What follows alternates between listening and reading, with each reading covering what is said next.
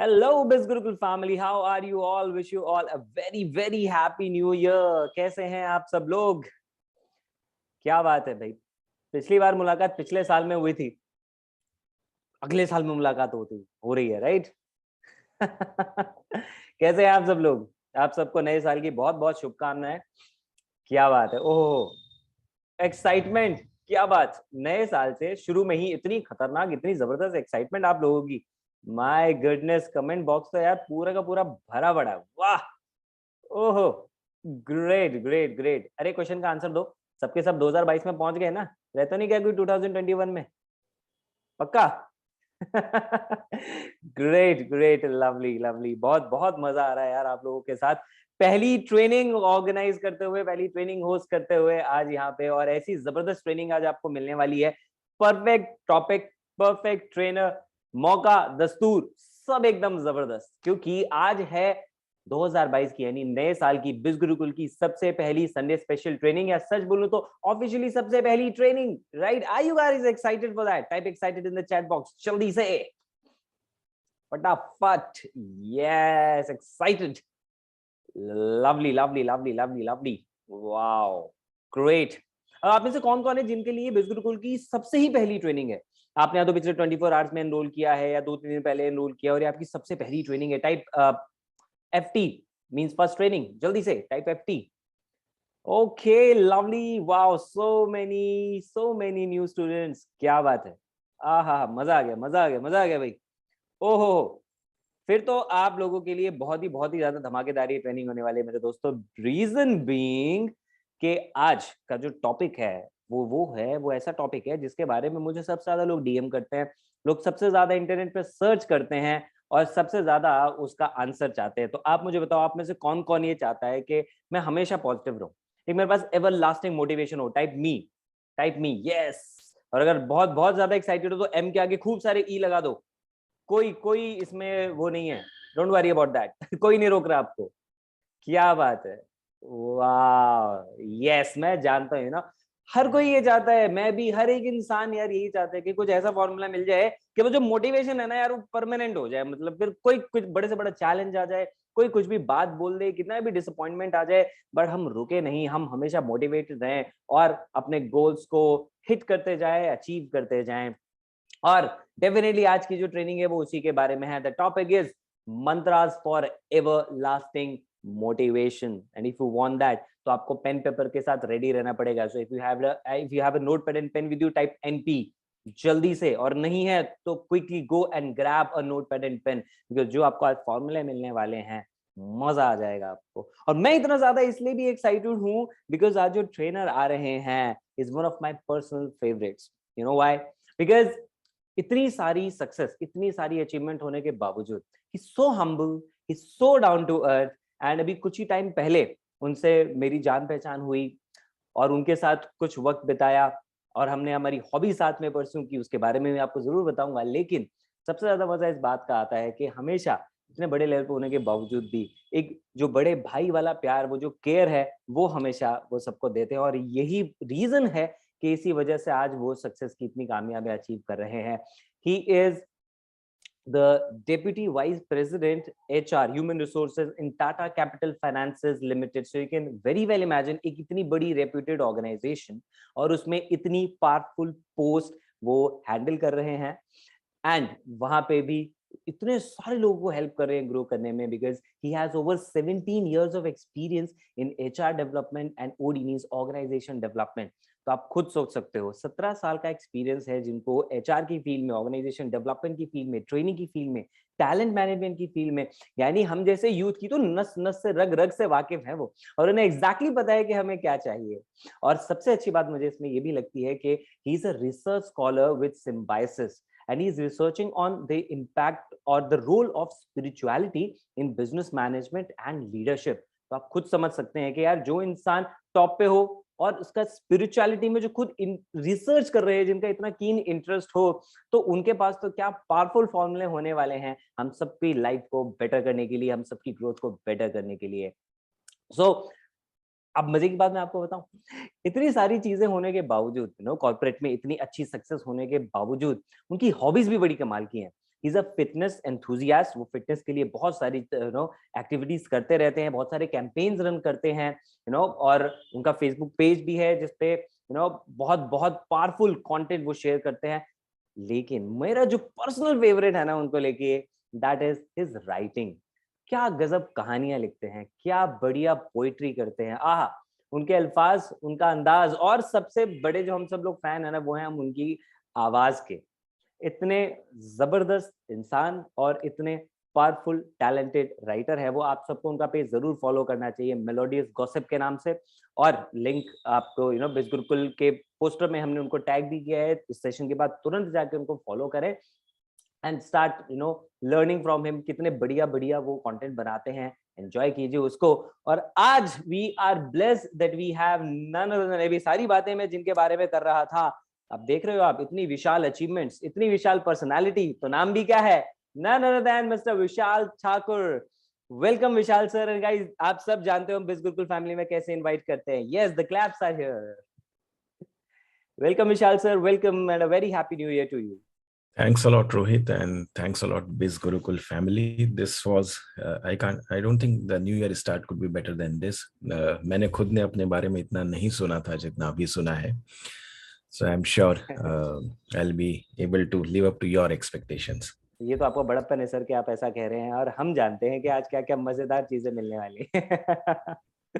Thank you so much for taking out your time for this session. और हमारे बच्चे आप देख ही रहे हैं कितने कितने ज्यादा एक्साइटेड हैं। Really, I haven't seen such a participative audience. और बहुत मजा आएगा आई थिंक इनसे बात करते हुए। और पहली बार मैं इतनी यंग ऑडियंस से कनेक्ट कर रहा हूँ। Generally connected with people at least 22 years old or even older. But I could see some of them are school students. किसी किसी की email ID स्कूल वाली है, so I mean Zoom ID. So I'm sure that would be fun to connect with this audience. Great, great sir. Over to you sir. Now I would just Thanks. take the backstage, जैसे आप shows में backstage लेते हैं, आज मैं backstage, आपका role मैं play कर रहा हूँ। बिल्कुल, और I'm happy to with this role reversal. चलिए तो शुरू करते हैं. So I don't know what should I call you, students or enthusiast or one of the person who is seeking motivation, क्योंकि ये बहुत बड़ी बात है कि आप नए साल के पहले संडे के दिन किसी एक ऐसे आदमी को सुनने बैठे हैं जो आपको किसी भी तरीके से जो भी बताएगा वो एक तरह की ज्ञान की बात है, बोल के कही गई बात है। और जनरली लोग इस तरह की बातें आजकल अवॉइड करते हैं क्योंकि पूरी दुनिया कंटेंट से भरी हुई है। मोबाइल पे व्हाट्सएप आ जाते हैं, यूट्यूब पे वीडियोस आ जाते हैं, फिर भी आप समय निकाल के संडे के दिन इकट्ठा हुए हैं किसी को सुनने के लिए। आई थिंक ये मेरे लिए बहुत बड़ी बात है और उम्मीद है कि मैं आपकी उम्मीदों पे खरा उतरूंगा। तो I need not set this rule because I see a lot of you very active in chat box. So मैं सवाल पूछते चलूंगा आप लोगों से और उन सवालों के जवाब चैट बॉक्स में आपसे एक्सपेक्ट करूंगा, क्योंकि उन सवालों के जवाब के साथ हमारा बिल्डअप होगा और वहां हम लोग आगे कनेक्ट करते रहेंगे। तो पहली चीज की मोटिवेशन एवरलास्टिंग होने के लिए क्या करना चाहिए? पहली चीज, मोटिवेशन एवरलास्टिंग होता है क्या? मेरा ऐसा मानना है मोटिवेशन एवरलास्टिंग नहीं होता है, अक्सर खत्म हो जाता है। हम लोग कभी भी कोई कमिटमेंट करते हैं, तैयारी करते हैं कि अब बहुत मोटिवेट होके आते हैं, कोई कमिटमेंट लेते हैं कि नहीं इस साल मुझे ये करना है, किसी की बातें सुन के आते हैं, इंस्पिरेशन लेकर आते हैं, टारगेट सेट करते हैं, प्लान बनाते हैं, कैलेंडर बनाते हैं, पूरा प्रोसेस सेट करते हैं और थोड़े दिन के बाद मोटिवेशन खत्म होता है ना ऐसा? तो क्यों होता है ऐसा? उसके 3 कारण हैं कि मोटिवेशन, जिस वर्ड की हम बात कर रहे हैं मोटिवेशन, उसको आप यदि ध्यान से देखेंगे तो मोटिवेशन के अंदर ही मोटिव होता है। और मोटिवेशन जब तक चलेगा तब तक आपका मोटिव है। जिस दिन आपका मोटिव चेंज हो गया, कंप्लीट हो गया, खत्म हो गया या फिर इंपॉर्टेंट नहीं रहा, उस दिन आपका मोटिवेशन खत्म हो जाता है। मोटिवेशन के साथ दूसरी परेशानी ये है कि इसकी ये ट्रांजैक्शनल भी होता है। तो और तीसरी चीज होती है कि ये कभी भी पूरा लंबे समय तक नहीं चलता, शॉर्ट लिव होता है। तो I just give you an example. जैसे कि आप सेल्स प्रोफेशनल हैं, आपने अपने लिए सेल्स का एक टारगेट रखा कि नहीं मुझे इतना अचीव करना है। आज की डेट में आपके लिए शायद बड़ा टारगेट है, लेकिन आपने अचीव कर दिया, उस दिन के बाद आपका वो मोटिवेशन खत्म हो जाता है। नेक्स्ट टाइम आपको वो एक्साइटमेंट रहे ना रहे, बिकॉज वंस यू अचीव, आपने 5 किलो का वेट लॉस का टारगेट रखा, आपका अचीव हो गया, then you become careless and then you start gaining weight again. It is transactional also. कभी कभी आपको किसी चीज के साथ इंसेंटिव मिल रहे होते हैं कि चलिए मैं इतना अचीव करूंगा तो इतना बेनिफिट है, उतना अचीव करूंगा तो उतना बेनिफिट है। लेकिन जब वो बेनिफिट आपके लिए मायने रखना बंद कर देता है, जब आपके लिए वो बेनिफिट बड़ा नहीं रह जाता है, तो फिर मोटिवेशन काम करना बंद कर देता है। और तीसरी बात, मोटिवेशन हमेशा काम नहीं करता। कभी कभी सिनेरियो ऐसे आते हैं कि मोटिवेशन आपके ऊपर काम करना बंद कर देता है। कभी कभी आप ऐसी सिचुएशन में होते हैं कि ये काम करना बंद कर देते हो। तो मैं आपको बहुत अच्छा एग्जांपल देता हूँ जो मेरे साथ हुआ। ये बात है अप्रैल 2020 की, जब ये कोरोना शुरू हुआ था। तो मेरे एक दोस्त हैं आईटीसी होटल्स में, बहुत अच्छी फ्रेंड है, और कोरोना शुरू हुआ, अचानक से लॉकडाउन लग गया, सारी होटल इंडस्ट्री बंद हो गई। और उस वक्त वो चाहती थी कि मैं उनके होटल के सेल्स स्टाफ को मोटिवेट करूं। इसी तरह का एक सेशन ऑर्गेनाइज किया गया, and I was given a target to motivate sales people of a hotel, 5 star hotel. Situation ये थी कि एक नेशन वाइड लॉकडाउन चल रहा है, इनफैक्ट वर्ल्ड वाइड लॉकडाउन चल रहा है। अप्रैल 2020 की बात है, पूरी दुनिया में लगभग लॉकडाउन था। इंटरनेशनल फ्लाइट नहीं चल रही, डोमेस्टिक फ्लाइट नहीं चल रही। होटल इंडस्ट्री के सेल्स प्रोफेशनल को मोटिवेट करना है अप्रैल के महीने में, जो कि उनका टॉप सेलिंग मंथ होता था। अप्रैल के महीने में स्कूलों की छुट्टियां होती हैं, लोग फैमिली हॉलीडेज प्लान करते हैं, कॉर्पोरेट्स का नया फाइनेंशियल ईयर होता है, वो लोग कॉर्पोरेट मीट्स प्लान करते हैं, इंटरनेशनल ट्रेवल एनीवे होता रहता है। तो a lot of business they generally use to get in the month of April. और उस साल कोई भी बिजनेस नहीं था। तो उन्हें मोटिवेट क्या बोल के करता मैं, सेल्स करो। किसके लिए सेल्स करो, कस्टमर ही नहीं था मार्केट में। इंसेंटिव बनाओ, इंसेंटिव कैसे बनाओ, सेल्स होगी ही नहीं तो इंसेंटिव कैसे बनेगी। तो मोटिव ही नहीं बचा, इसलिए मोटिवेशन उनके ऊपर काम कर ही नहीं सकता था। तो फिर उन्हें फील गुड कराने के लिए मुझे दूसरी थ्योरीज ढूंढनी पड़ी, और वो थ्योरी थी पॉजिटिविटी। दोबारा रिपीट करता हूँ इस शब्द को, पॉजिटिविटी। सुनने में अक्सर सेम लगता है कि हाँ भाई, मोटिवेशन पॉजिटिविटी एक ही बात होगी, लेकिन फर्क है। फर्क यह है कि positivity does not have a motive in it. आप जहां खड़े हैं, जैसे खड़े हैं, जिस हालात में खड़े हैं, कितनी भी तकलीफ में खड़े हैं, वहां से एक स्टेप आगे लेना, वहां से एक कदम आगे बढ़ाना, वो पॉजिटिविटी होती है। पॉजिटिविटी आपको पूरे के पूरे डार्क अंधेरे में भी ना एक थोड़ी सी कोशिश करने की हिम्मत देती है, बिना किसी टारगेट के, बिना किसी ट्रांजैक्शनल बेनिफिट के, बिना किसी इंसेंटिव के। तो जब आपके पास कोई भी लालच नहीं हो आगे बढ़ने का, तब भी आप आगे बढ़ सकें, वो होती है पॉजिटिविटी। और जो चीजें मैं आपसे आज बात करने जा रहा हूं वो उस पॉजिटिविटी के बारे में है। सो सिंपल सी चीज, यदि आप एवर लास्टिंग मोटिवेशन चाहते हैं, यदि आप चाहते हैं कि हर दिन की शुरुआत आप ऐसे करें जैसे आप आज कुछ ना कुछ अचीव करके लौटेंगे, तो आप मोटिवेशन से शिफ्ट होकर पॉजिटिविटी पे आ जाइए। मोटिवेशन में आप तभी तक काम कर सकते हैं तब तक कोई दूसरा आपको एक्साइटिंग प्लान्स बताता रहे, दूसरा आपको एक्साइटिंग गोल्स देता रहे।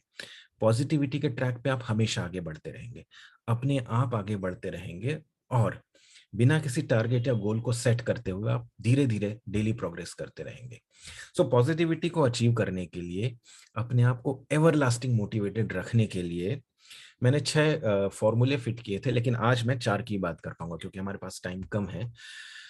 तो पहला फॉर्मूला बताने के पहले I would like to show you one slide, and give me a sec to show you that slide.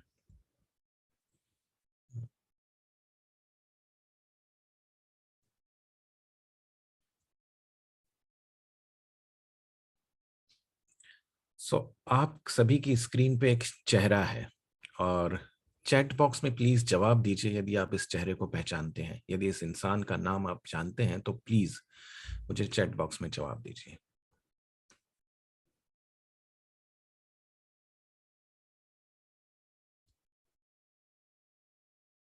No sir, no sir, no sir, no sir, no sir. Yes, yes, I believe you can't know this person, क्योंकि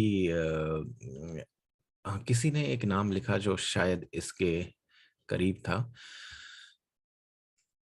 चलिए मैं आपको अगली slide दिखाता हूं, अभी शायद आपको थोड़ा सा हाँ, अब इन चेहरों को पहचान रहे हैं, अभी जो स्लाइड आपके सामने है। हाँ, महेंद्र सिंह धोनी को लोग पहचान रहे हैं।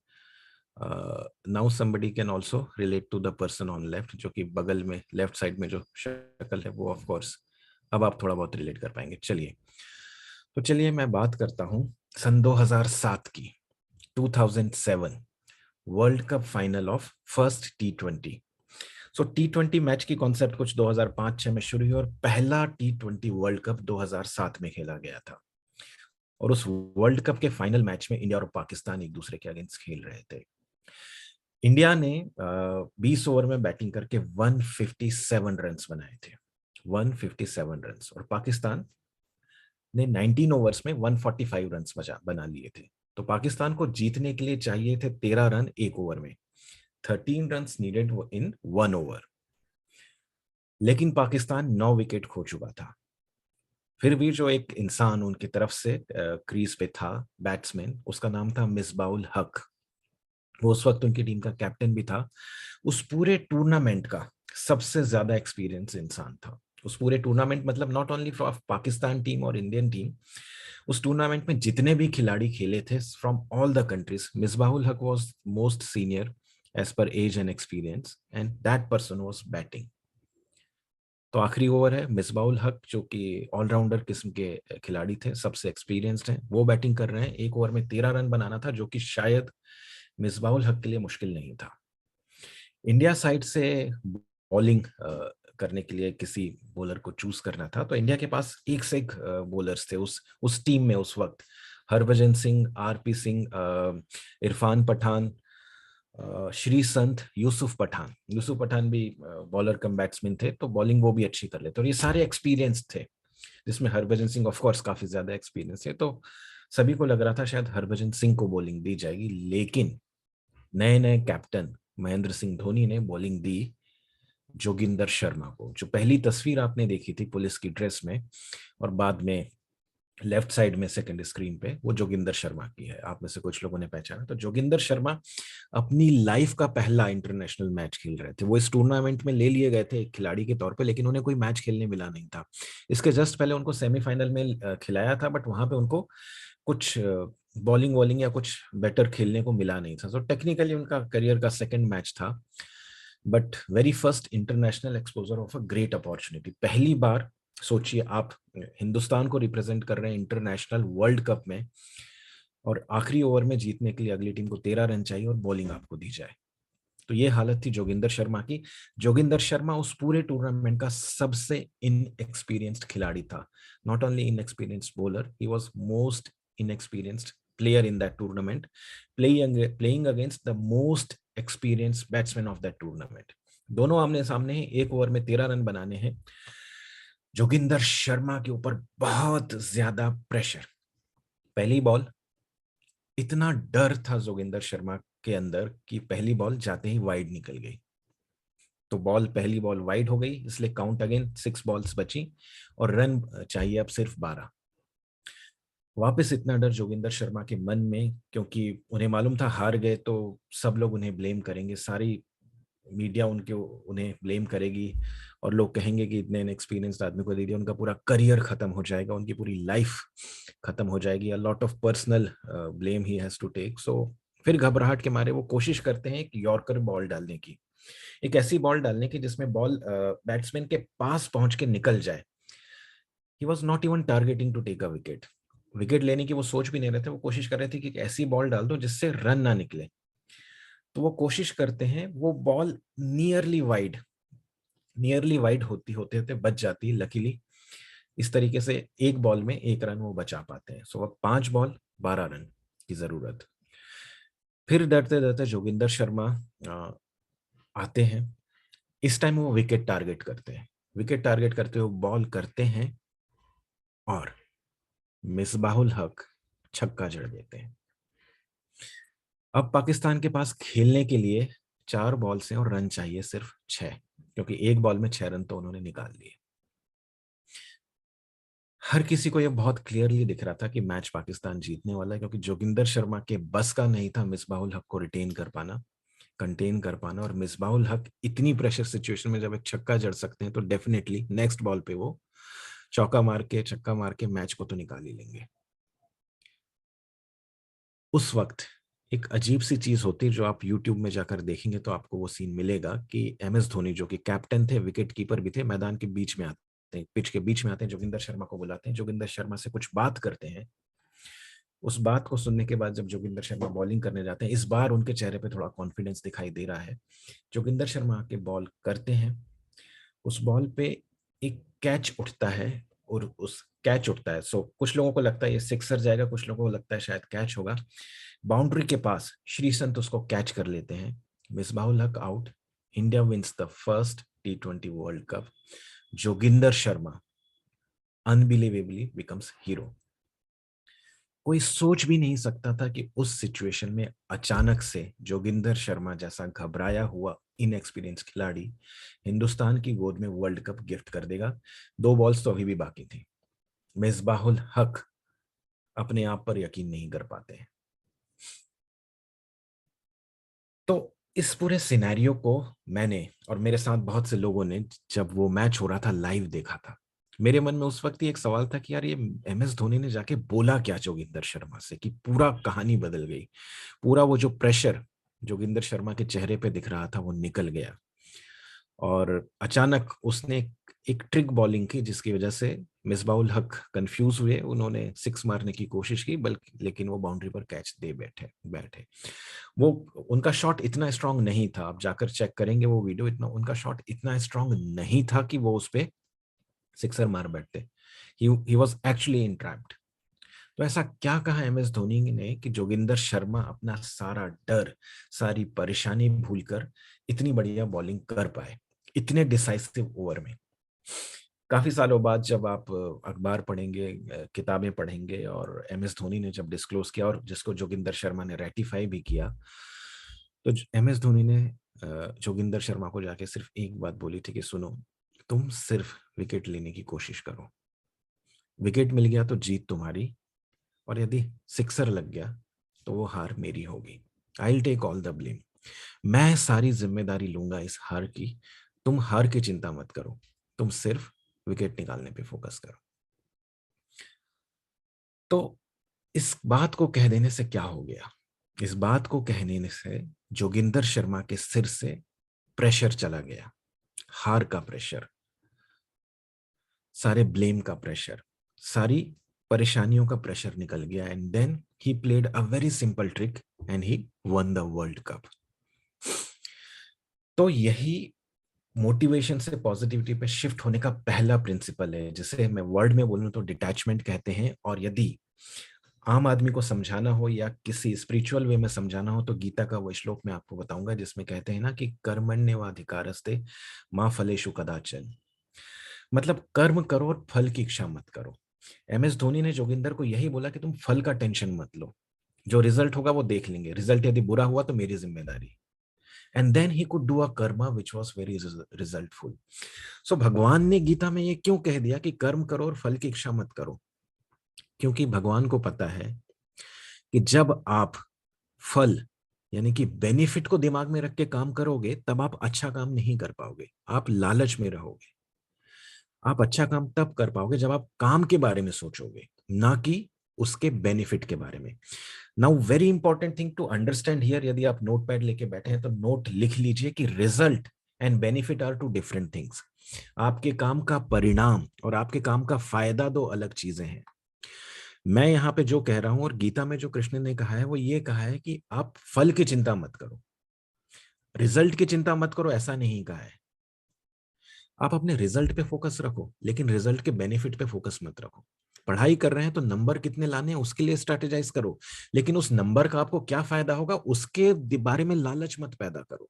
Then you will be distracted. आप स्टूडेंट हैं, आप सोचेंगे कि मेरे इतने परसेंट आएंगे तो मैं यहाँ एडमिशन लूंगा, वहां एडमिशन लूंगा, फिर इस कॉलेज में पहुंचूंगा, फिर इतने पैसे कमाऊंगा, and then you will spend hours thinking and fantasising.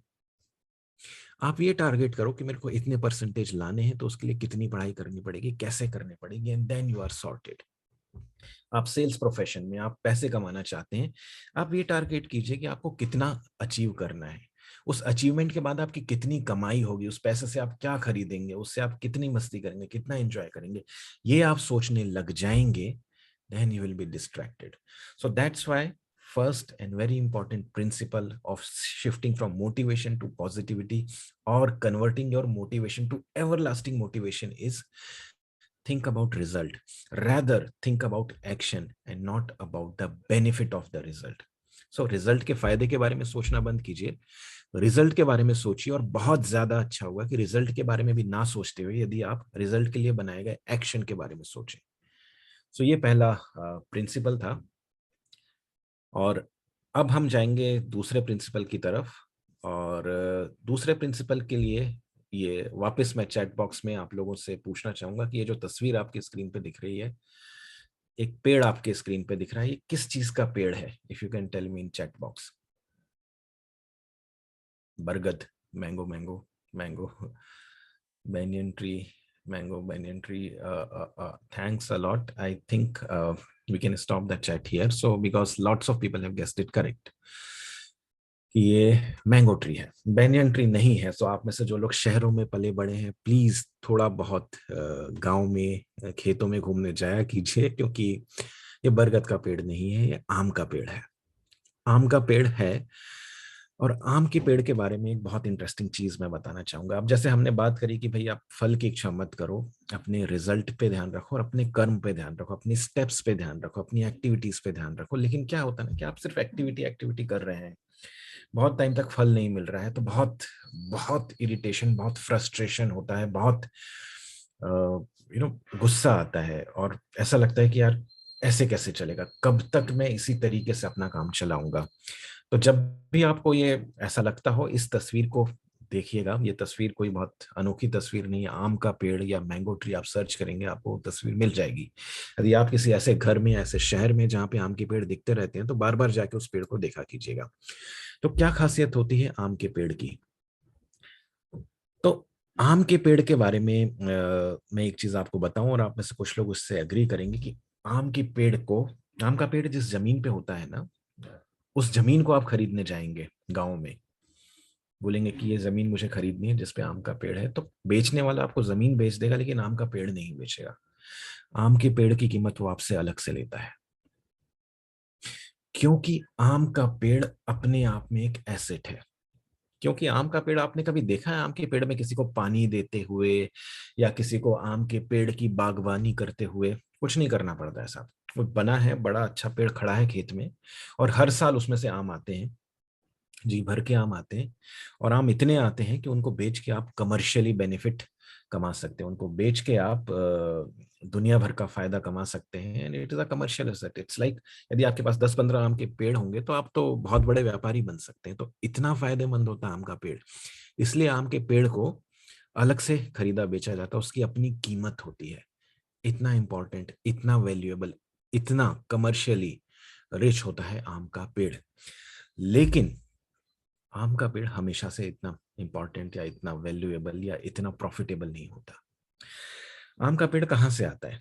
एक आम की गुठली जो होती है, उसको आप जमीन में बो दीजिए, कुछ एक हफ्ते वेट कर देना, तब उसमें से एक छोटा सा अंकुर निकल के आता है।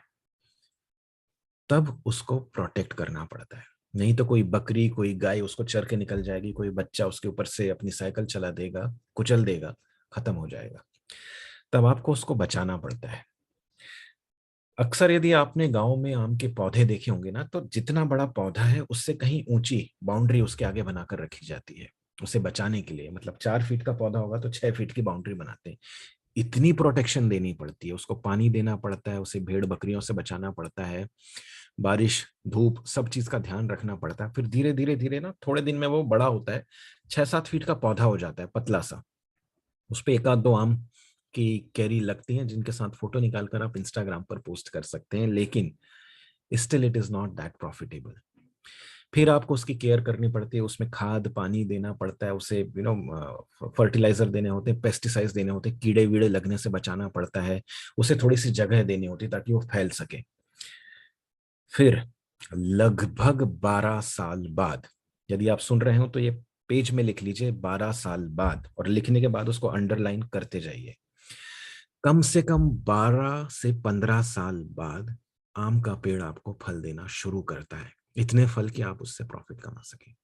और जब वो बड़ा पेड़ बन जाता है ना, जैसा कि उस फोटो में मैं दिखाया था, तब उससे आपको कोई टेंशन नहीं है, कोई बकरी उसे चर नहीं सकती, कोई गाय उसे खा नहीं सकती, कोई बच्चा उस पर साइकिल नहीं चढ़ा सकता, कोई गाड़ी आके ठोक दे तो गाड़ी का नुकसान शायद ज्यादा होगा पेड़ के नुकसान से। आपको सिर्फ एक चौकीदार बिठाना पड़ता है सीजन में, ताकि कोई आम चुरा कर ना ले जाए, जैसे कि बैंक के आगे एक सिक्योरिटी गार्ड बैठता है। तो इतना profitable mango tree takes 12 years at least to become such a profitable asset. जिंदगी में बहुत सी चीजें वैसी ही होती हैं जिनमें आपको इन्वेस्ट करते रहना पड़ता है, करते रहना पड़ता है, करते रहना पड़ता है, करते रहना पड़ता है, और 12-15 साल बाद उनके रिटर्न आते हैं। ये किसी मैनेजमेंट थ्योरी का चैप्टर नहीं है, ये नेचर का प्रिंसिपल है। जब आप कभी एफर्ट करते करते थक जाए ना, कि साहब मैं इतने सालों से मेहनत कर रहा हूँ, रिजल्ट ही नहीं आ रहा, रिजल्ट ही नहीं आ रहा, रिजल्ट ही नहीं आ रहा, कुछ नहीं, आप एक आम के ट्री को पानी दे रहे हैं। जिस दिन वो रिटर्न देना शुरू करेगा, फिर आप खाली बैठकर खाएंगे। जिंदगी में बहुत से एफर्ट उसी तरह के होते हैं, जैसे आपकी पढ़ाई। कई सालों तक आप पढ़ाई करते हो और फिर वो एक दिन रिटर्न देती है। आपके कॉन्टैक्ट्स, आपकी मेहनत, आपकी नेटवर्किंग। ऐसा नहीं कि आज मैंने 4 लोग बनाए तो 4 बिजनेस आएंगे, कल 16 बनाऊंगा 16 लोगों से बिजनेस आएगा, कल 120 बनाऊंगा 120 से बिजनेस आएगा। नहीं, आप नेटवर्क बनाते चले जाएंगे और एक दिन ऐसा आएगा जब आप 1000 लोगों से नेटवर्क बना लेंगे, तब आपको प्रॉफिट आना शुरू होगा, तब आपको बिजनेस आना शुरू होगा, और फिर हो सकता है आपको नेटवर्क बनाना ही ना पड़े और अपने आप बिजनेस आते चले जाए। तो जिंदगी में जब आप फ्रस्ट्रेट होने लगे कि यार एफर्ट्स इतने कर दिए, रिजल्ट ही नहीं आ रहा है, तो आम की पेड़ को जाके देखना।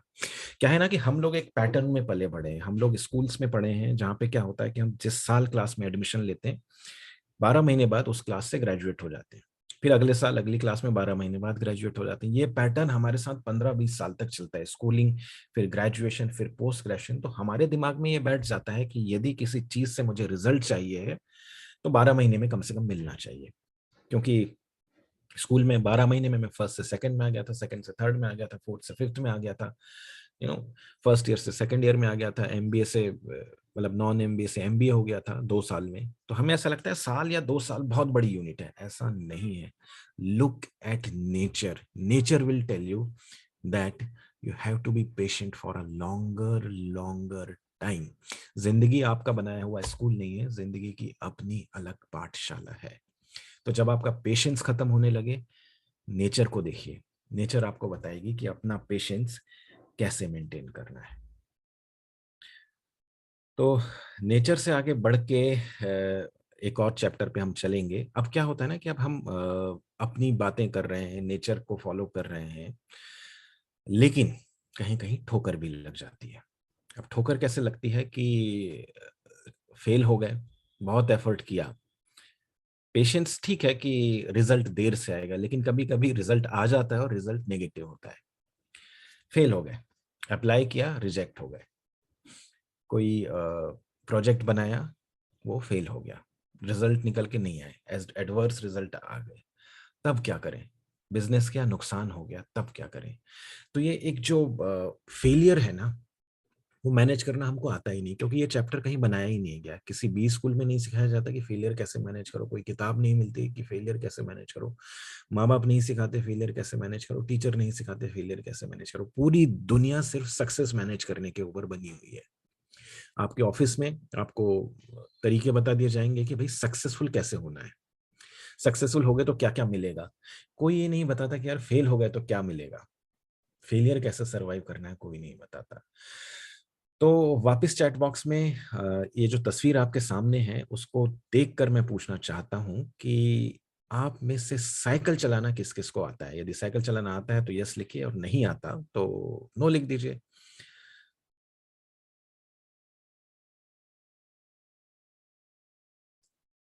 Yeah, if chat box is open, I'm sorry, I was looking at question and answer. Sorry, हाँ, तो यस यस यस, कुछ लोगों को नहीं भी आता है, कुछ कुछ लोगों को आता है, कुछ लोगों को नहीं आता है, ठीक है। Hold your chats, 1 minute. और मैं अब आपसे ये पूछना चाहता हूं कि यदि आपने साइकिल चलाई है, चलाना आता है, 2 पहियों पे साइकिल चलाना आता है, तो आप में से कोई ऐसा है जो मुझे, मतलब मेरा ऐसा मानना है कि आपने साइकिल चलाना सीखा है, तो साइकिल चलाते हुए गिरे तो होंगे। ऐसा कोई है जो साइकिल चलाते हुए गिरा ही नहीं लेकिन साइकिल चलाना सीख गया? यदि कोई ऐसा आदमी हो जो साइकिल चलाते हुए गिरा नहीं और सीख गया, तो please right. I think everybody who has learn cycling गिरा होगा। हाँ, तो क्या होता है कि यदि आप जब साइकिल चलाते हुए गिरे हैं, ओके, कुछ लोग नहीं गिरे हैं, हो सकता है, बहुत रेयर होगा, बट आई डाउट। लेकिन यदि साइकिल चलाते हुए यदि आप गिरे हैं और फिर भी साइकिल सीख ली है, तो मेरा सवाल आपसे, तो क्वेश्चन वेरी क्लियरली, जिन लोगों ने साइकिल सीखी है, साइकिल सीखते वक्त वो गिरे थे लेकिन साइकिल चलाना सीख गए, उनसे मेरा सवाल है, tell me exact date, time and day when you have fallen from the cycle. जब आप साइकिल सीख रहे थे, तो जिस दिन आप साइकिल से गिरे थे, वो दिन, वो साल, वो तारीख बता दीजिए प्लीज। जितने भी लोग साइकिल चलाते चलाते गिरे थे, इतने सारे लोग हैं, कोई एक ही बता दो, एक भी आदमी बता दो कि साहब 2017 में साइकिल सीख रहा था, जनवरी 15 को 3 बजे गिर गया था। कोई होगा ऐसा? कोई नहीं होगा, कोई नहीं होगा। जानते हैं क्यों? हाँ, कुछ लोग साल बता सकते हैं क्योंकि उस साल आपने साइकिलिंग सीखी थी ना। जानते हैं हम क्यों नहीं बता सकते? क्योंकि जिस वक्त आप साइकिल से गिरे थे, उसी वक्त आप उठे, साइकिल ली और वापस अटेम्प्ट कर दिया। यदि आप में कोई ऐसा आदमी होता जो गिरने के बाद साइकिलिंग गिव अप कर देता, छोड़ देता कि यार मैं तो गिर गया, आज के बाद मैं साइकिलिंग करूंगा ही नहीं, वो जिंदगी भर वो तारीख, वो पल, वो डेट, वो डे सबको बताता रहता है कि साहब 16 जुलाई 2018 को मैं साइकिल चलाते चलाते गिर गया था and I have given up cycling after that.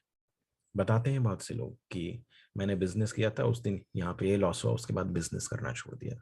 बहुत से लोग बताते हैं कि मेरा पढ़ाई में इंटरेस्ट था लेकिन एक बार मैथ्स में फेल हो गया, उसके बाद पढ़ाई छोड़ दी। बहुत से लोग बताते हैं कि गाने का शौक था, इंडियन आइडल के ऑडिशन में रिजेक्ट हो गया, उसके बाद गाना छोड़ दिया। वही आदमी बता पाएंगे कि साइकिल से किस दिन गिरा था, जिन्होंने साइकिल से गिरने के बाद साइकिलिंग छोड़ दी। जो लोग साइकिल उठा के वापस चल पड़े, उन्हें वो डेट याद नहीं रहती। आपको याद रहेगा कि आप गिरे थे, आपको डेट याद नहीं रहेगी, आपको वक्त याद नहीं रहेगा, क्योंकि आपने उस फेलियर को आपकी जिंदगी का डिफाइनिंग मोमेंट नहीं बनने दिया। And that's how you have to manage your failures. आप फेल होंगे, कई बार होंगे, बहुत सी बार होंगे, और ऐसी ऐसी चीजों पे भी फेल होंगे जहां पे आप जैसे आदमी को फेल नहीं भी होना चाहिए था।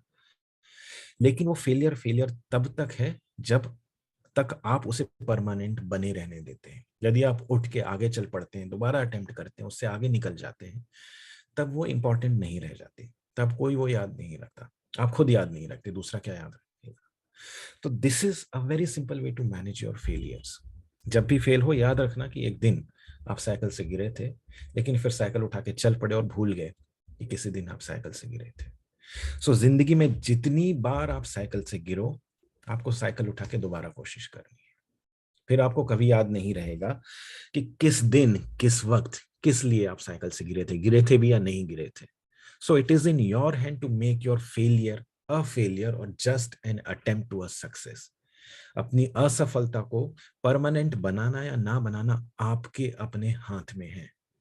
यदि आप आगे बढ़ जाएंगे, यदि आप में से कोई 10वीं में फेल हुआ हो, 11वीं में फेल हुआ हो, लेकिन दोबारा पास होके आगे बढ़ जाता है ना, तो कोई नहीं कहता कि वो फेल हुआ था। वो सिर्फ एक रिकॉर्ड है, यदि तब जब आप लिख के रखो। So this is how we can manage failure, and I think we are having a little more time, not much of the time. तो मैं अब आपको अपने चौथे फंडामेंटल की तरफ ले जाऊंगा, और ये चौथा फंडामेंटल जो है, this is one of the big big thing about what I talk. So दो टॉपिक्स मैं आज स्किप कर रहा हूं, जो दोबारा कभी हम मिले तो बात करेंगे। वो है managing happiness and managing worries, चिंता को कैसे मैनेज करना और खुशियों को कैसे मैनेज करना है। लेकिन जिस चीज के बारे में बात कर रहा हूँ, आई थिंक वो सबसे इंपॉर्टेंट है, और वो यदि हमारे समझ में आ जाए तो हम काफी सारी चीजें जिंदगी में मैनेज कर सकते हैं। तो इस चीज को now I will share with you. Okay, I think can you see my screen now? आपकी स्क्रीन पे दो तस्वीरें हैं। ये ये जो वन सेकेंड, या my screen is visible, thanks. So ये जो लेफ्ट में तस्वीर है, जिसके ऊपर मेरा कर्सर घूम रहा है, ये उस वर्ल्ड कप के जीतने की बात की है, 2007 वर्ल्ड कप, जिसके हमने शुरू में बात की थी ना।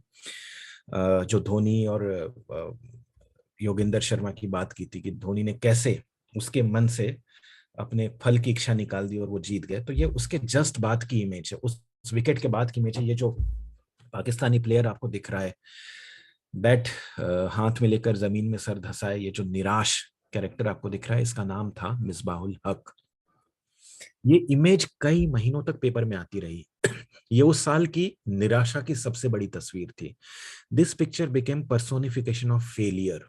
ना जाने कितनी बार इस तस्वीर को मीडिया में, टीवी में, अखबारों में, न्यूज़पेपर्स में, सोशल मीडिया जितना भी था उस वक्त सर्कुलेट किया गया कि this is the image of failure. Misbahul Haq was the most experienced player not only of Pakistan but this entire tournament could not convert a possible victory for Pakistan. This image became the image of failure. अब right side पे आइए। Right side पे आप देख रहे हैं MS Dhoni, shirt उतारी हुई है उन्होंने। अपनी शर्ट उन्होंने एक बच्चे को गिफ्ट कर दी थी ड्यूरिंग द विक्ट्री मार्च। जीतने के बाद इंडिया की टीम एक ऐसा राउंड ले रही थी स्टेडियम में, एक बच्चा उनका फैन बीच में आया तो धोनी ने अपनी शर्ट उतार के उसको दे दी थी। सो ये दोनों जो शख्स थे वहां पे, धोनी और मिसबाह, मिसबाह को फेलियर का सिनोनिम बना दिया गया था कि मिसबाहुल हक तो फेलियर है, मिसबाहुल हक तो इतनी बड़ी चीज कन्वर्ट नहीं कर पाया, मिसबाहुल हक तो पनौती है। और हम में से बहुत से लोगों के साथ कई बार ऐसी सिचुएशन आएगी जिंदगी में जैसे मिसबाहुल हक के साथ आई थी। He did best possible effort, best possible. उस टीम के सारे विकेट गिर गए थे, still he survived. He was the one who has taken Pakistan to that last over. ये वो आदमी था जो पाकिस्तान को उस आखिरी जीत के करीब लेकर गया था, लेकिन सिर्फ एक शॉट की वजह से उसको लोग पनौती है, फेलियर है, बैड लक है, घटिया प्लेयर है, ये सब बोलने लगे थे। ये तो बहुत ही कम है, ना जाने और क्या क्या बदनामी हुई होगी, उनके घर पे पत्थर फेंके गए होंगे, and all those kind of things happened.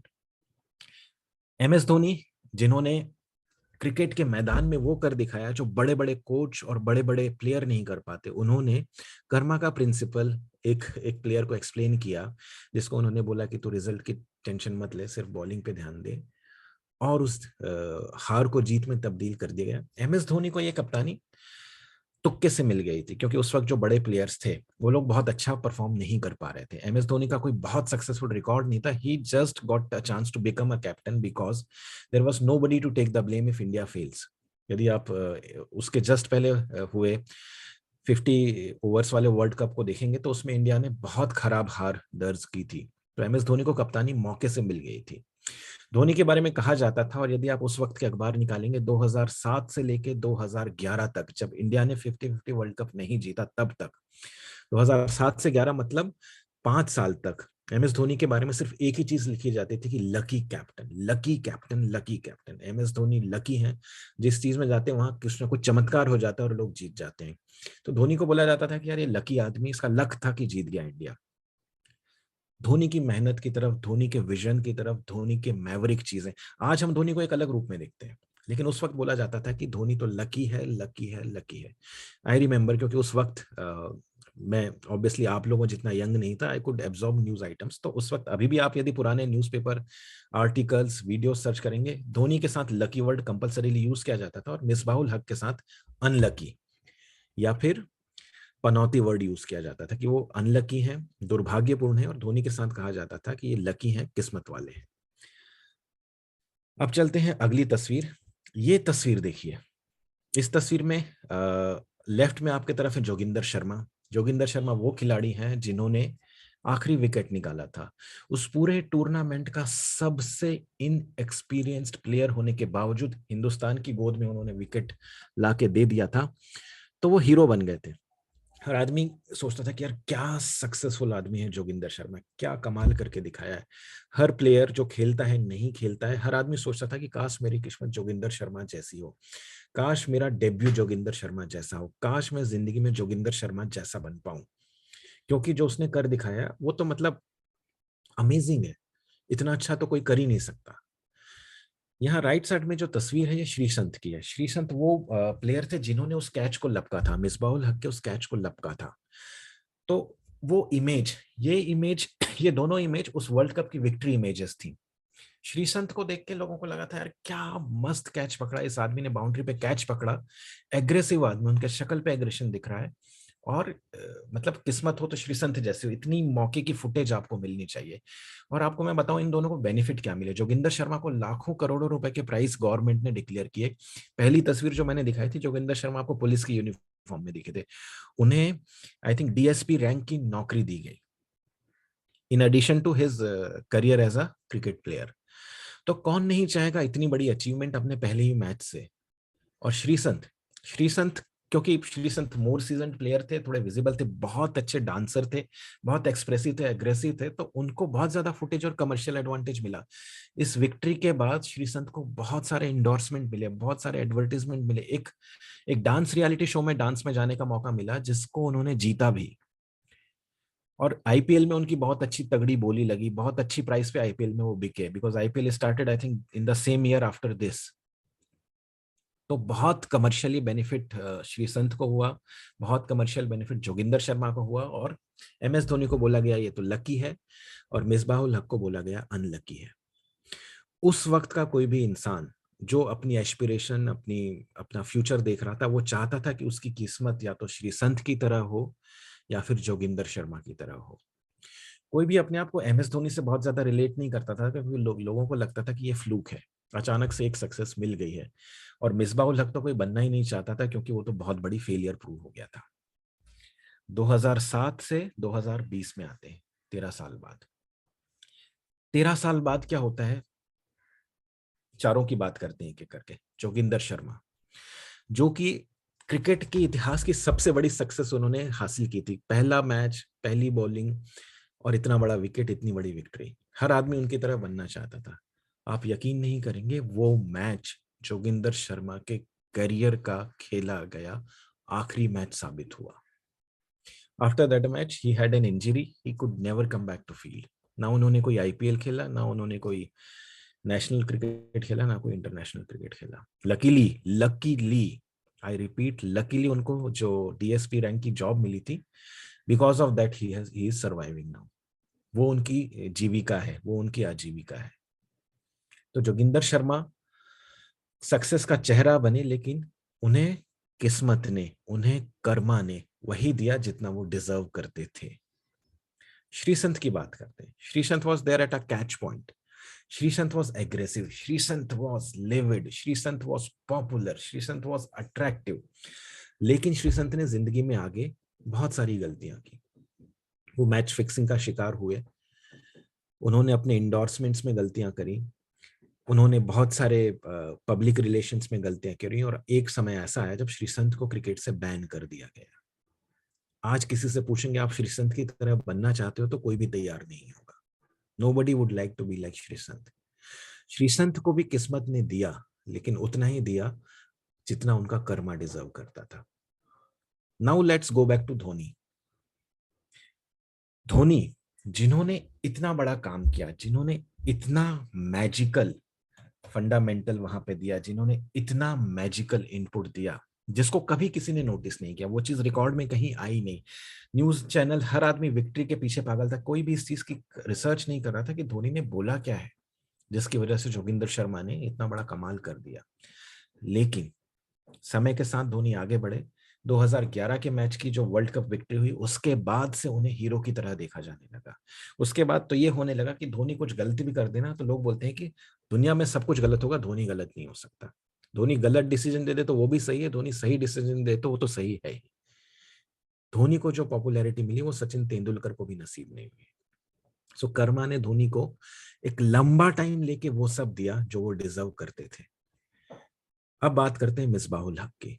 Misbahul हक who became the face of failure for so many days, so many months. अब जाके चेक कीजिए मिसबाहुल हक कहाँ पहुंचे।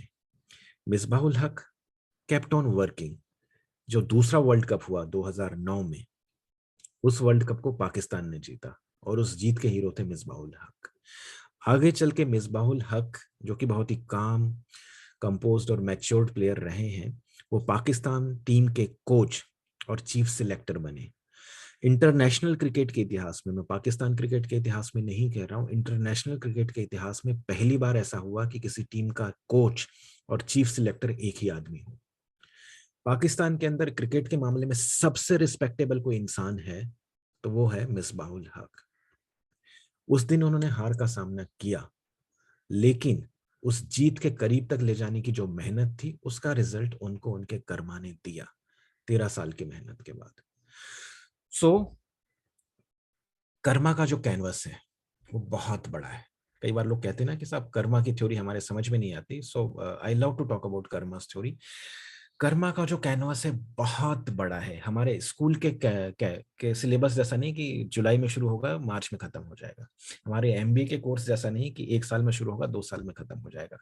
एमबीबीएस के कोर्स जैसा नहीं कि 5 साल में खत्म हो जाएगा। आपके जॉब के करियर जैसा नहीं कि 15-20 साल में खत्म हो जाएगा। कर्मा का कैनवस बहुत बड़ा है। आपके कर्म, आपकी मेहनत अपना फल, अपना फायदा लेकर आएंगे, लेकिन अपने समय से। Nature takes its own time. तो यदि आपको लग रहा है कि आपकी मेहनत कचरे में जा रही है, बिल्कुल नहीं। यदि आपको लग रहा है कि आपकी मेहनत का क्रेडिट कोई ले गया है, बिल्कुल नहीं। आपका क्रेडिट, आपका कंट्रीब्यूशन, आपकी मेहनत आपके पास लौट के आएगी, अपने टाइम से आएगी और अपनी उम्र लेके आएगी, अपना लास्टिंग इंप्रेशन लेके आएगी। यदि जब भी आपको लगता हो कि कर्मा आपको रिजल्ट नहीं देता है, please watch MS Dhoni's life. जब वो इंसान टिकट कलेक्टर बन चुका था, सोचा भी नहीं था क्रिकेट में आने को मिलेगा। क्रिकेट में आने को मिला, कैप्टन से मिली because there were controversies about other people. Success मिली तो लोगों ने बोला लक है।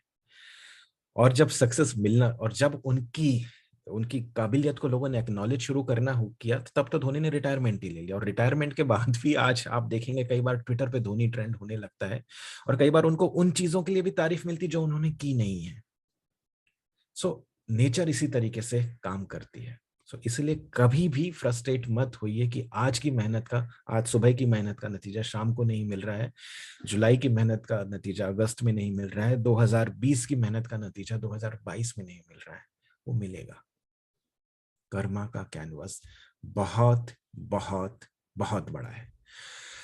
सो चूंकि आप में से बहुत सारे यंग लोग हमारे साथ हैं, अब आखिरी बात आप लोगों से कहना चाहूंगा, और वो एक चीज है, सॉरी मुझे ये स्लाइड दिखानी नहीं थी, आपके साथ एक्टिविटी जैसी करनी चाहिए। तो चैट बॉक्स में जो स्टूडेंट्स मेरे साथ हैं,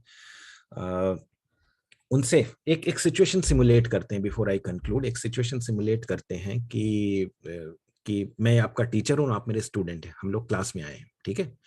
अब क्लास में आके क्या हो रहा है कि आप लेट आए हो, ठीक है। सो आप लेट आए हो और मैं क्लास का टीचर हूं। मैंने आपसे पूछा कि आप लेट क्यों आए हो, आपका क्या जवाब होगा? Answer me in the chat box. If I ask you why you are late today, what will be your answer? आप लेट क्यों आए हो, जवाब दीजिए।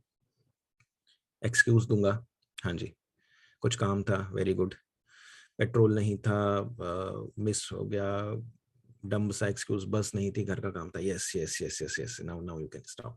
सो अगेन एक पैटर्न जो हमारी स्कूल लाइफ ने हमारे दिमाग में भर दिया है ना, कि जब हमसे कोई सवाल पूछा जाता है, हम उस सवाल का जवाब देते हैं। Now now please stop chatting and listening, because ये दो शब्द आपकी आपकी जिंदगी बदलेंगे। जब हमसे कोई सवाल पूछा जाता है तो हम उस सवाल का जवाब देने की कोशिश। लेट क्यों आए? ट्रैफिक था। काम कंप्लीट क्यों नहीं हुआ? लाइट चली गई थी। टारगेट पूरा क्यों नहीं हुआ?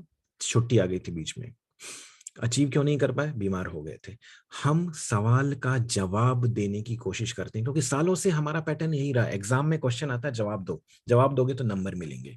वाइवा में क्वेश्चन पूछा था, जवाब दो तो नंबर मिलेंगे। हम नहीं सीखे हैं कि हमें सवाल का जवाब नहीं देना है, सवाल का समाधान देना है। We have to give solution of a problem, not an answer to the question. यदि आपका टीचर आपसे पूछ रहा है कि आप आज लेट क्यों आए हो, यदि आप ऑफिस में काम करते हो और आपका बॉस आपसे पूछ रहा है कि आप आज लेट क्यों आए हो, आप उसको बोलिएगा मत कि मेरे को ट्रैफिक मिला था, मेरे को बस मिली थी, मेरे को घर से लेट उठा था। आप उनको बोलिएगा कि मैं अगली बार से लेट नहीं आऊंगा, and then you see their response. आप अपने कस्टमर से मिलने जाते हैं, वो पूछता आप लेट कैसे हो गए, कहानी मत सुनाना कि ट्रैफिक था, उसको बोलना कि सर आज आ गया लेट, दोबारा कभी नहीं होगा, and then you see their response. आपसे वो इसलिए नहीं पूछ रहे हैं कि वो आपका कारण जानना चाहते हैं क्यों आप लेट हो, वो आपसे इसलिए पूछ रहे हैं कि वो ये चाहते हैं कि आप लेट नहीं हो। Look at your life again, अपने घर के लोगों को देखिए, वो आपसे जो पूछते हैं एक सवाल के तरीके से आता है। आप उस सवाल का जवाब दे रहे हैं या आप उनकी प्रॉब्लम का समाधान दे रहे हैं? Think again, think about every conversation in your life. आज आप शाम को अपने गर्लफ्रेंड बॉयफ्रेंड से मिलते हैं, observe what they are asking, and whatever they are asking, are you going to answer it or are you going to give them a solution? And if in your life you stop giving answers and start giving solutions, then you have made it. यदि आप सवालों का समाधान देने लगेंगे जवाब देने की जगह, तब आपकी जिंदगी सॉर्टेड है। फिर आपको कोई रुकावट, कोई तकलीफ, कोई परेशानी जिंदगी में नहीं होने वाली है। So that was the last message, और इसके साथ I think I would wish you a happy new year, and I think we can go back to question and answer if you have time, और time नहीं है तो accordingly देखेंगे। So over to you, Rohit, आप बताइए आगे कैसा करना है। Thank you so much sir. अब तो आगे का बस एक ही चीज निकल रही है, आप जाओ मत, यहीं रहो, थोड़ी देर और ट्रेनिंग चलने दो, जितना बताना है आप बताते जाओ, हम नहीं जाने वाले, क्यों guys, right? Wow, as you can see the responses, right? It was, क्या ही बोलूं मैं, इससे अच्छी शुरुआत 2022 की नहीं हो सकती थी ऐसे। और हर एक इंसान ऑलरेडी कमेंट में, हमारे सारे स्टूडेंट एक ही बात कह रहे हैं, क्या बेहतरीन तरीके से जो आपने उन एग्जांपल्स को रिलेट किया। मतलब मैं खुद ये एक एक मैच लाइव देखा था, वो सारी चीजें देखी थी, इन सारे प्लेयर्स के बारे में स्टडी किया था, लेकिन ये बैकग्राउंड स्टोरी नहीं पता थी। और इस तरह से जो आपने उसको रिलेट करके जिंदगी के इतने पावरफुल लेसन दिए, ये आज तक मैंने किसी के मुंह से नहीं सुना था। हर बार केवल यूट्यूब पे वो बस कमेंट्री और वो विनिंग मोमेंट और वो खुशी देखी थी, लेकिन उसके आसपास इतने सारे और भी चीजें जुड़ी हुई थी जिसके ऊपर कभी ध्यान भी नहीं दिया। और आज आपने वो ना सिर्फ आप उस पर ध्यान लेकर गए, बल्कि इस तरीके से जिंदगी बदलने वाले आपने लेसन्स दे दिए। Hats off to you sir, and thank you so very much. I mean, हम सब तो एहसानमंद हो गए, मतलब क्या ही बताएं, इतना इतना पावरफुल चीज, इतनी जबरदस्त ट्रेनिंग, मेरे पास सच में शब्द नहीं। और ऐसे बहुत कम मोमेंट्स होते हैं जब मेरे पास शब्द नहीं होते किसी चीज को एक्सप्लेन करने के लेकिन ये बहुत बहुत अमेजिंग था, बहुत अमेजिंग था। Thank you so much. And I will request के ज्यादा तो नहीं, आई नो कि आपके भी आगे के और प्लान्स है, बस 2 या 3 कुछ अच्छे अच्छे क्वेश्चन जो हमारे पास Q&A में आएंगे, तो वो मैं एक बार जरूर आपसे डिस्कस करूंगा। एंड पावरफुल पावरफुल सोल्यूशन जो है वहाँ पे लोगों को मिलेंगे। एक जो सवाल है जैसे सबसे ज्यादा लोगों का आता भी है कि भाई हम सॉल्यूशन पे फोकस कैसे करें, यू नो। जैसे मैं जी जी जी। सॉल्यूशन पे फोकस करना बहुत आसान है कि पहली चीज कि सवाल कौन पूछ रहा है। जब वो सवाल कौन पूछ रहा है तब आपको उसका सॉल्यूशन, जैसे मैंने बताया ना कि आपका बॉस यदि आपको पूछ रहा है कि आप लेट क्यों थे, ऑब्वियसली वो इस कारण को जानने में इंटरेस्टेड नहीं कि आप लेट क्यों थे, वो आपके लेट होने की वजह से परेशान है, इसलिए वो आपसे ये पूछ रहा है। सो आप जब कौन सवाल पूछ रहा है उसको कॉन्टेक्स्ट में देखेंगे तो आप सॉल्यूशन की तरफ देखना शुरू कर देंगे। सो वहीं से आपको सॉल्यूशन निकल के आएगा। मतलब यदि आपका बहुत अच्छा हेल्दी कन्वर्सेशन है, सो आप ये ट्राई करने की कोशिश कीजिए कि यदि आप लेट होने वाली सिचुएशन की बात करें कि जल्दी पहुंच सकते थे तो क्या बेटर हो सकता था, that's how you will change your orientation towards solution. तो वहां से और प्रॉब्लम वही है कि जैसे होता है ना कि ये कोटेशन भी बहुत सर्कुलेटेड है कि we don't listen to you know to act, we generally listen to respond. So हम जवाब देने की कोशिश में कन्वर्सेशन करते हैं कि तुम कुछ बोलो तो मैं कुछ बोलूं, तो तुम कुछ बोलो तो मैं कुछ बोलूं। सो कहीं ना कहीं हमारी सारी एनर्जी कन्वर्सेशन में चली जाती है, पर्पस से हम लोग डिविएट हो जाते हैं। सो पर्पस यदि ध्यान में रहेगा देन वी कैन अंडरस्टैंड। कभी कभी वो हेल्दी आर्गुमेंट भी हो सकता है, लाइक जरूरी नहीं कि हर सवाल के पीछे समाधान हो, कई बार आपको परेशान करने के लिए भी कोई सवाल पूछ सकता है, लेकिन आपके दिमाग में पर्पस है। अज्यूम कीजिए कि आपका एक प्रेस कॉन्फ्रेंस चल रहा है और कोई आपसे ऊट पटांग सवाल पूछे जा रहा है जो आपको डिस्ट्रैक्ट करने वाले हैं। यदि आपका पर्पस ध्यान में है then you can stop him and ask him कि how this question relates to our purpose, and then you can come back to your original thing. So keep that purpose in mind. Obviously आपका purpose सामने होगा तो question से वहां तक एक path बनता है या नहीं बनता है। यदि बनता है तो ऑब्वियसली वो क्वेश्चन परस्यू करने जैसा, और नहीं बनता है तो आप उसको छोड़ सकते हैं। Wow, lovely answer yet again. बहुत सारे लोग आपकी इंस्टाग्राम आईडी पूछ रहे हैं, आपके साथ कनेक्ट होना चाहते हैं, तो हाँ, तो आप मैंने आई थिंक मैं 1 मिनट उसको डिस्प्ले करता हूँ। सो इंस्टाग्राम आईडी मैं शेयर तो कर रहा हूँ, बट इंस्टाग्राम पे आपको ये सारे इनसाइट्स ज्यादातर नहीं मिलेंगे। आप मुझे लिंक्डइन पे फॉलो करेंगे because that's where I am most active. Wow, मेरा एक यूट्यूब चैनल भी है जिसमें मैंने बहुत वीडियोस तो नहीं डाले, बट आज जो बातचीत हमने करी है वो मेरे यूट्यूब चैनल पे आपको मिल जाएंगी, मेलोडियस गॉसिप के नाम से है। उसके अंदर एक पॉजिटिविटी फेस्ट करके एक सेक्शन है जिसके अंदर 9 एपिसोड्स हैं।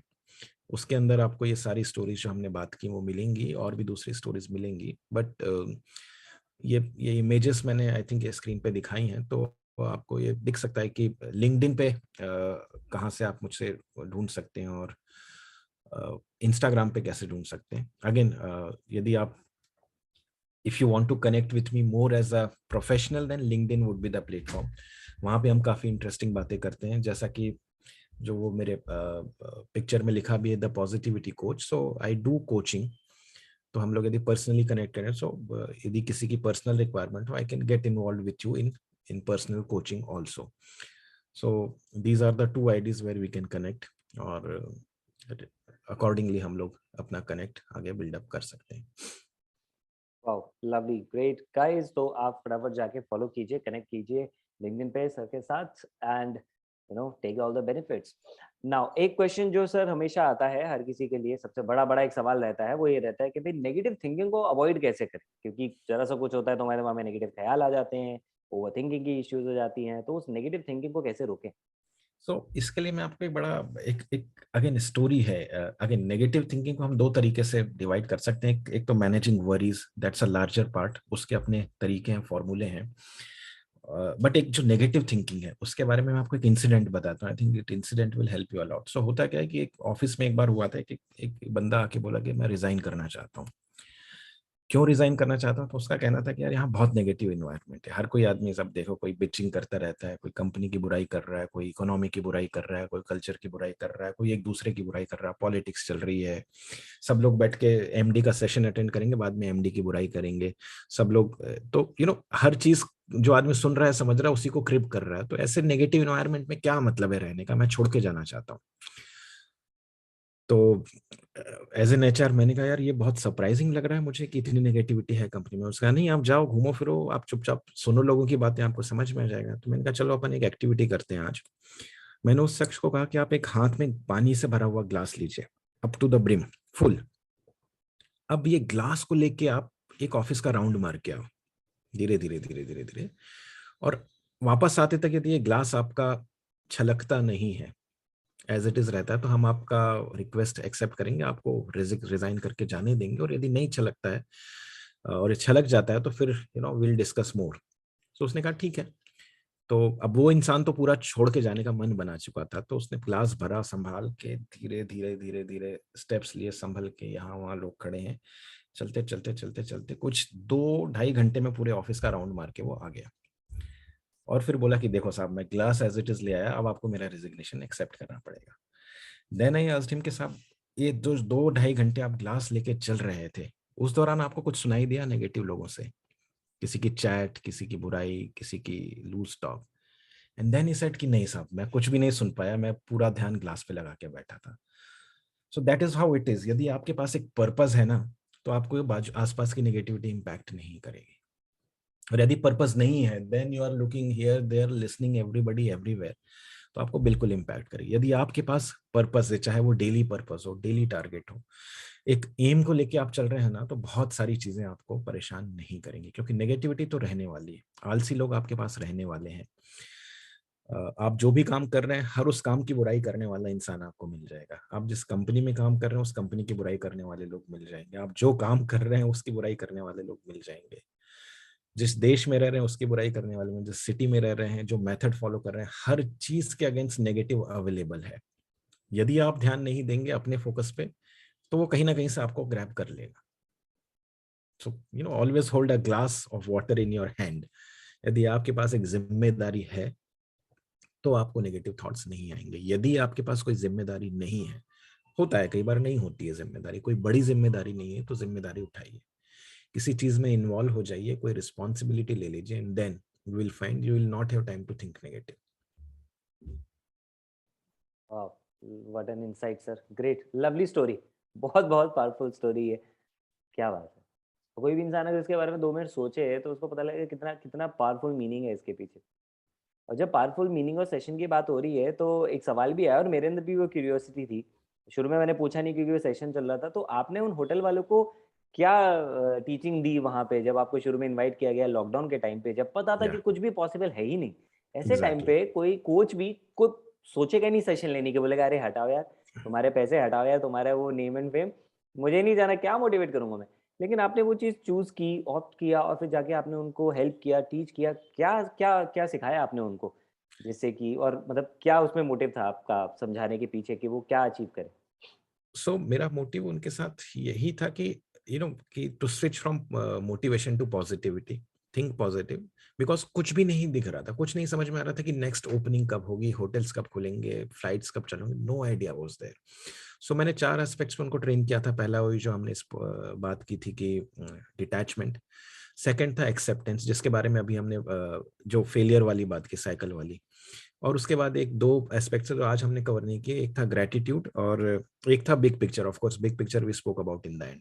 सो ये 4 चीजों के बारे में बात की थी। और आप बिलीव नहीं करेंगे कि इस सेशन के बाद, ये सेशन आईटीसी के होटल के साथ मेरा हुआ, उसके बाद एक कॉलेज ने मुझे अप्रोच किया कि we want some session for students, because students were also going clueless कि अचानक लॉकडाउन हो गया, कैंपस में हम है नहीं, हम लोगों के प्लेसमेंट्स कैसे होंगे। बड़ा कॉलेज था एमबीए का, जहाँ पे लाखों की फीस देके स्टूडेंट्स से।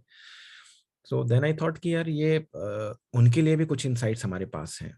सो मैंने एक एक सेशन क्रिएट किया स्टूडेंट्स के लिए, ये 2020 में, कि जो लोग स्टूडेंट्स हैं जो करियर क्राइसिस से गुजर रहे हैं, क्योंकि मेरे साथ भी वही हुआ था। मैं 2001 में इंजीनियरिंग कंप्लीट कर रहा था। उस वक्त 9/11 का इवेंट हुआ था, अमेरिका के ऊपर वो तालिबान ने अटैक किया था और उसकी वजह से पूरी इकोनॉमी डिस्टर्ब हो गई थी। तो हम लोगों को भी करियर में वो डिसएडवांटेज मिले थे इकोनॉमी के खराब हो जाने के, जो शायद अभी 2020 के बैच वालों को भी फेस करने पड़ रहे थे।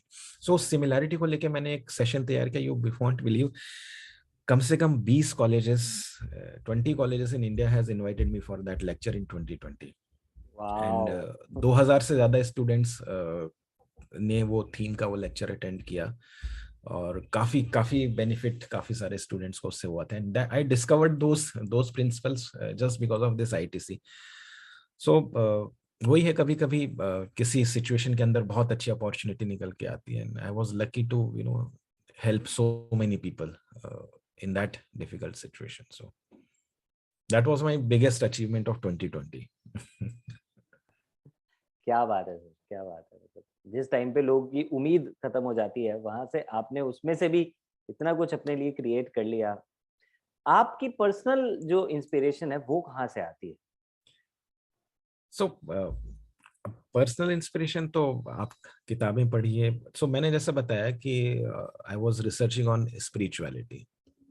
तो वही हुआ कि मैं एचआर प्रोफेशनल हूँ, तो मुझे लगा कि किस किस फील्ड में अपनी रिसर्च आगे बढ़ानी चाहिए, किस फील्ड से अपने को और फायदा मिल सकता है। तो जनरली पहले पुराने टाइम की बात करें तो आईक्यू वाज वेरी इंपॉर्टेंट।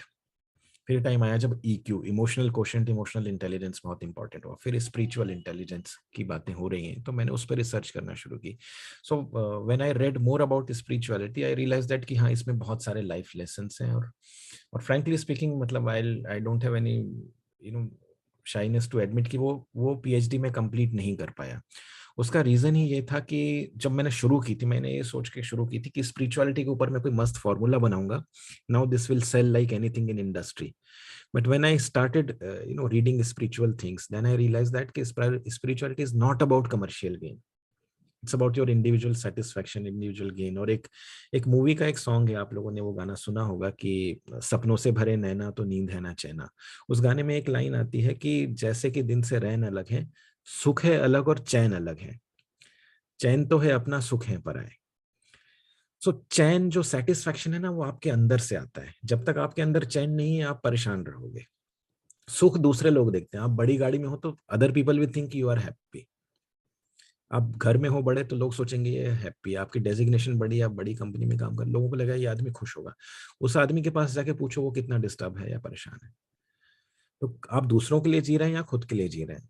तो चैन, जब आप सुख और चैन का डिफरेंस निकाल लेते हैं, देन आपका हर एक्शन चैन के हिसाब से होने लगेगा, क्योंकि आपके लिए खुद का सेटिस्फेक्शन इंपॉर्टेंट हो जाता है, दूसरे कैसे परसीव कर रहे हैं वो कम इंपॉर्टेंट हो जाता है।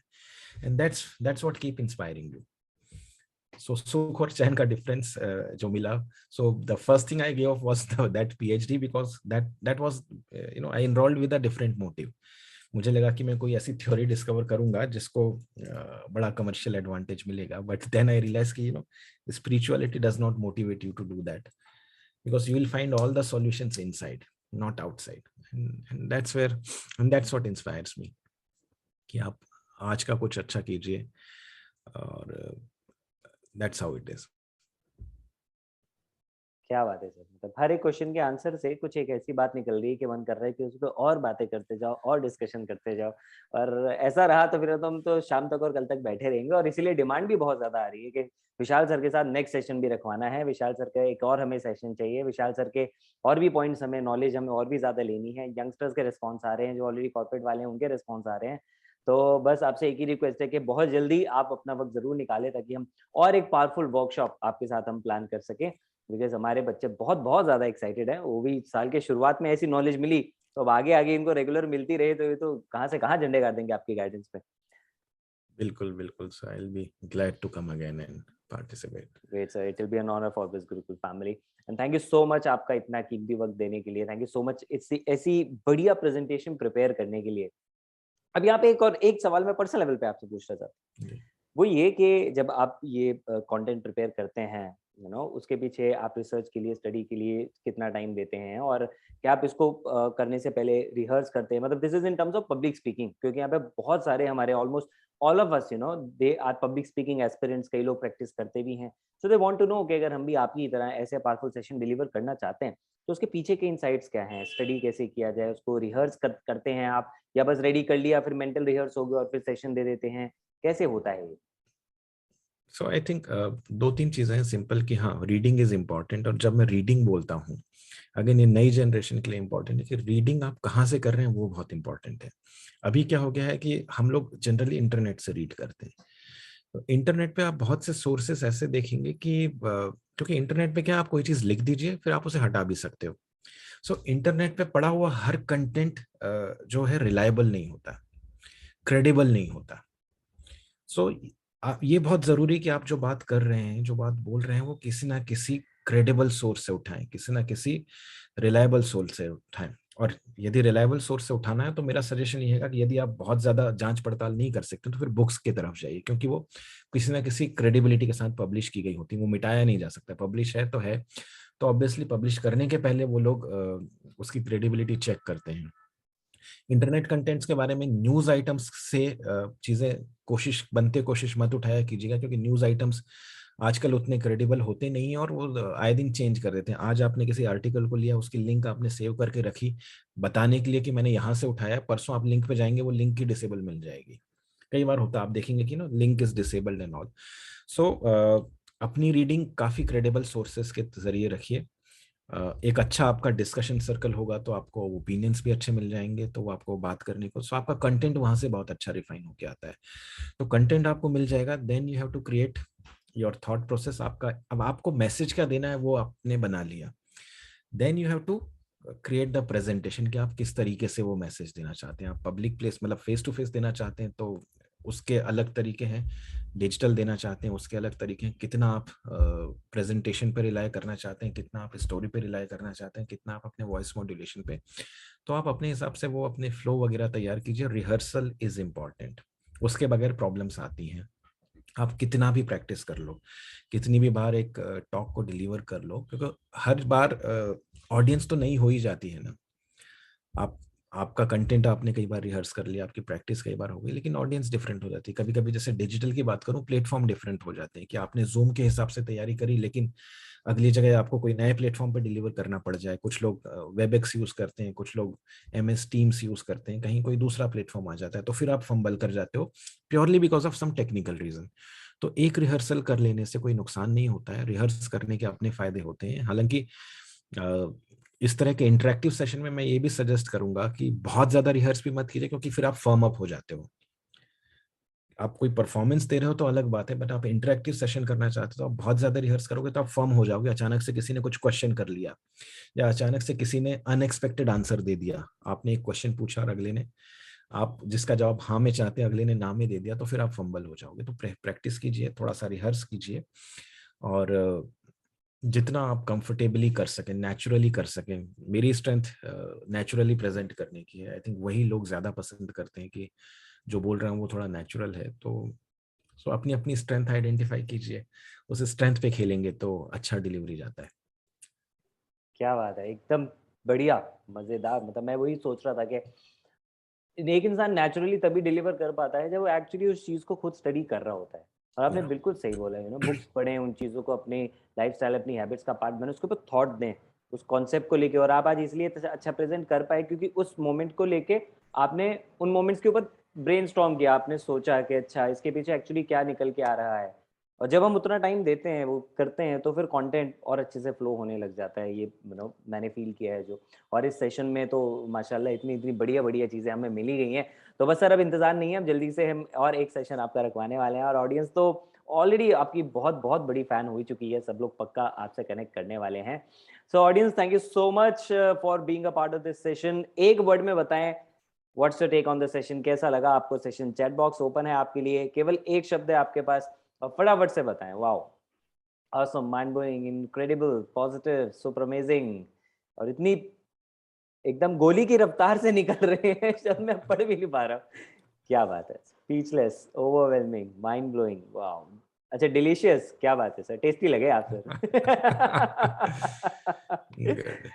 Wow, great great great sir. और आपका एक्सपीरियंस कैसा रहा सर हमारी ऑडियंस को लेके? नहीं नहीं, मुझे इतनी अच्छी ऑडियंस ऑनेस्टली स्पीकिंग पहले कभी नहीं मिली, क्योंकि ऑब्वियसली या तो generally I prefer small group, क्योंकि मुझे ऐसा लगता है छोटा ग्रुप रहता है तो वो थोड़ा इंटरेक्शन, पार्टिसिपेशन एकदम समझ में आता है और ऑनेस्टली बात कर पाते हैं। क्योंकि छोटी ऑडियंस होती तो वो फेक नहीं कर पाती है।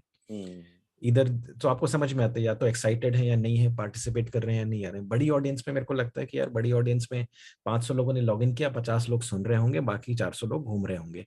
पहली बार मैं देख रहा हूँ कि जितने लोगों ने लॉग इन किया लगभग उतने ही लोग पार्टिसिपेट कर रहे हैं, रिस्पॉन्ड कर रहे हैं। True. And this is really touching, this is really I would say कि हेड्स ऑफ टू बिज गुरुकुल टीम, क्योंकि इतनी एक्टिव ऑडियंस मिलना बड़ी बात होती है और इतने एक्टिवली पार्टिसिपेट करना बड़ी बात होती है, because otherwise people log in and just leave it. So ये बहुत अच्छा रहा, I really enjoyed being with you guys, और डेफिनेटली हम लोग दोबारा मिलेंगे। क्या बात है सर। और हम सब लोग इतने पावरफुल, इतने एनर्जेटिक इसलिए रहते हैं, इतने एक्टिव इसलिए रहते हैं क्योंकि आपके जैसे इतने अच्छे अच्छे ट्रेनर्स जो हैं वो अपनी ब्लेसिंग्स देने के लिए हमारे पास आते हैं। Thank you so much sir for this and wish you all, सबसे पहले तो ऑडियंस के लिए thank you so much, wish you all a very very happy new year है। And last but not the least, thank you so much Vishal sir आपका वक्त देने के लिए। और अब आपने बोल ही दिया कि आगे और सेशंस करेंगे, तो बस अब तो एक्साइटमेंट और भी ज़्यादा बढ़ गई। अब तो ये साल बहुत बहुत धमाकेदार हम लोग बनाने वाले हैं। Thanks a lot, Rohit. Yeah, thanks a lot, Rohit. Thanks, Biz Gulkul team. And bye-bye till we meet again. Thank you. Yes, the best ending. Bye bye till we meet again. फिर मिलेंगे चलते चलते, हम हैं राही Biz Gurukul के। Okay sir, bye bye.